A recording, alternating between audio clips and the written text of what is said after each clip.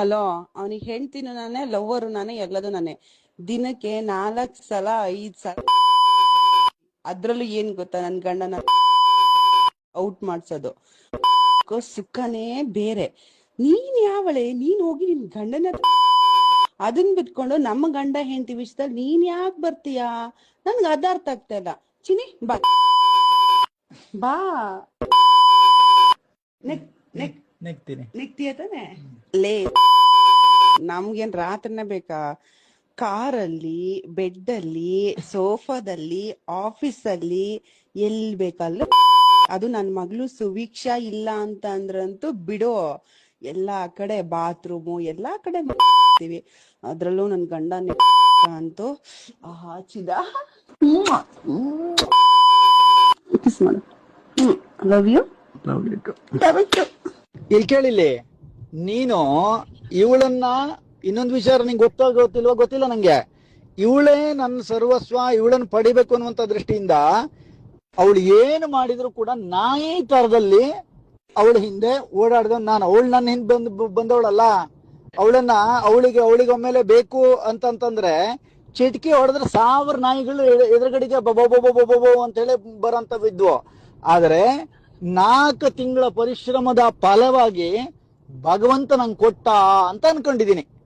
ಗೊತ್ತಾಯ್ತಾ madam? Hello, ಅವನಿಗೆ ಹೆಂಡ್ತಿನೂ ನಾನೇ, ಲವ್ವರು ನಾನೇ, ಎಲ್ಲದು ನಾನೇ. ದಿನಕ್ಕೆ 4 ಸಲ 5 ಸಲ. ಅದ್ರಲ್ಲೂ ಏನ್ ಗೊತ್ತಾ, ನನ್ ಗಂಡನ ಔಟ್ ಮಾಡ್ಸೋದು. ಸುಖನೇ ಬೇರೆ. ನೀನ್ ಯಾವಳೆ? ನೀನ್ ಹೋಗಿ ನಿನ್ ಗಂಡನ ಅದನ್ ಬಿಟ್ಕೊಂಡು ನಮ್ಮ ಗಂಡ ಹೆಂಡತಿ ವಿಷಯದಲ್ಲಿ ನೀನ್ ಯಾಕೆ ಬರ್ತೀಯಾ? ನನ್ಗೆ ಅದ ಅರ್ಥ ಆಗ್ತಾ ಇಲ್ಲ. ಚಿನಿ ಬಾ ಬಾ. ನೆಕ್ತಿಯ ತಾನೆ ಲೇ.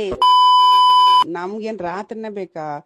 ಕಾರಲ್ಲಿ, ಬೆಡ್ ಅಲ್ಲಿ, ಸೋಫಾದಲ್ಲಿ, ಆಫೀಸಲ್ಲಿ, ಎಲ್ಲಿ ಬೇಕಲ್ಲ.